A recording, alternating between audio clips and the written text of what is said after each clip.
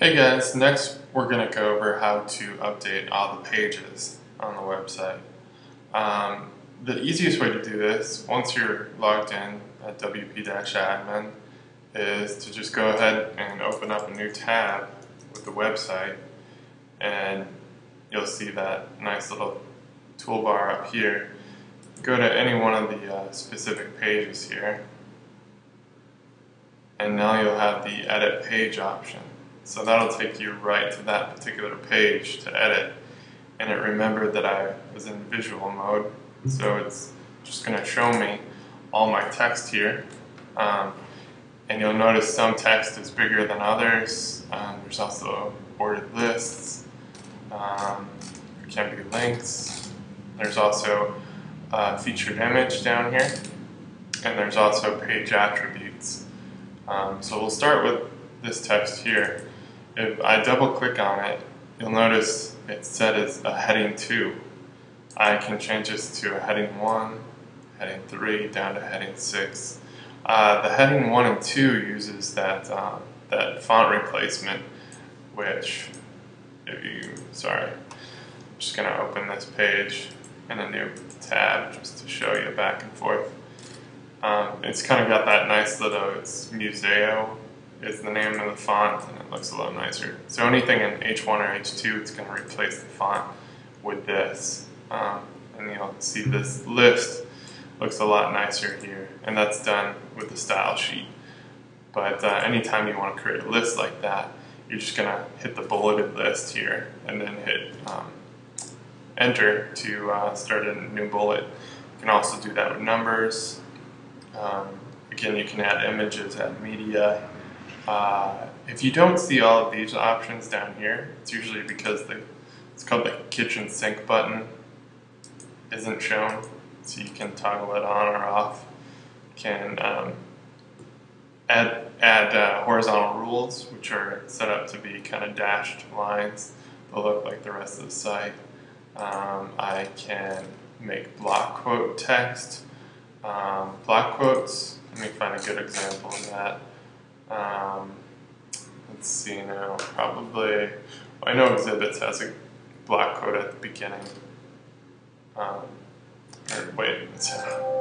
Apologize. It's classes and workshops. Right here is a block quote, and here that text is kind of wrapped in 2 horizontal rules with a quotation mark, and the font is Georgia italics. If I wanted any text to look like that, all I have to do is highlight it and hit the little block quotes, and it will appear that way. So it's a nice little feature to kind of break up text visually. The italicized text, I can just hit italicize or bold, whatever you need to do right there. Of course, if you want to get into the nitty-gritty, you can toggle HTML and see what's going on behind the scenes if you want to go in there and adjust any code. But you probably want to stay in visual. Featured image is the image that, I'll open a new tab, it's right here. And here you can set that by either removing or adding a new featured image each time you have a new one. I can remove it. I can set a new one. I'm just going to do that for demonstration purposes here. I'm going to go to the media library since I know this was already uploaded. And there are 9 pages of images. So I can use the little search bar here to find the barn. And here it is. And I'll notice the full-size image. I like to crop my images ahead of time. It's 588 pixels wide by 253 pixels high. I'm going to select that and then use it as my featured image. And I'll see it shows up back there. That's all I need to do. And then hit update.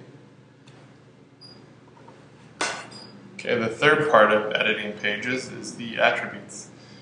You'll notice there's a parent listed for this page, and that's the About Us, so it lives under that. And when I do that, it'll also highlight the About Us tab in that yellow dotted line, and it'll also add the sub-navigation for About Us All with this one attribute that I select here. I can change that, of course, if I need to, but these pages are kind of set already. I can change the template to be About Us, Education, Education with no cart, which is that little button to view your cart. Anything you want, but this is About Us, so I'm going to leave the template as About Us. I can hit update, or I can preview changes if I want to see the changes before I actually make them, which is a nice little tool to have if you don't want to update the site right away. Speaking of that, if you ever want to revert back to an old version of the site, you can click revision and you can see what the content was, that particular revision. You can compare revisions. You can see this is what it was on this date, this is what it was on the selected date, and then if you want to restore it, just click restore, and then that older content will be restored, so anything you accidentally saved can be overwritten here. So it's basically how you edit a page. Of course, pages are under the page menu item. You'll see all of your pages here. And listing a page as a child of a parent will add one M dash. If it's a grandchild of that page, like Introduction to Surface Design, which still is a grandchild of Education, which is a parent of class and workshops. So add 2 M dashes and so forth. It's a good way to keep your pages organized. Of course, the search tool up here comes in handy. So that's basically how you edit pages.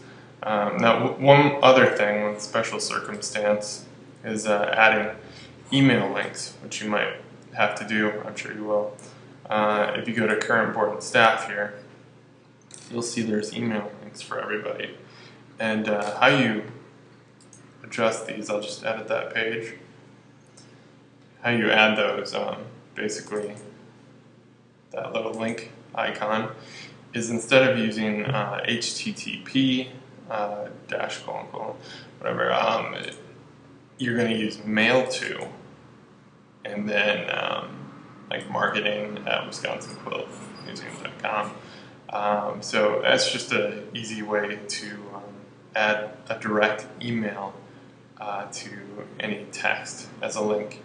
And of course, if you need to grab one of these as a template, just go ahead and copy it, click some new text, start a new link, and paste it, and then change the email, and that'll do it. One other thing too, if you're copying text from a Word document or another website, you want to strip out the code that's embedded from either your email program or Microsoft Word. So what I like to do is either paste as plain text or paste from Word, and that'll save you a lot of problems because you don't want to accidentally embed somebody else's code into your text here. That will cause a bunch of problems. So yeah, just use as plain text and avoid all that stuff. Yeah, so we got text, featured image, page attributes, and preview and update, and that is pages.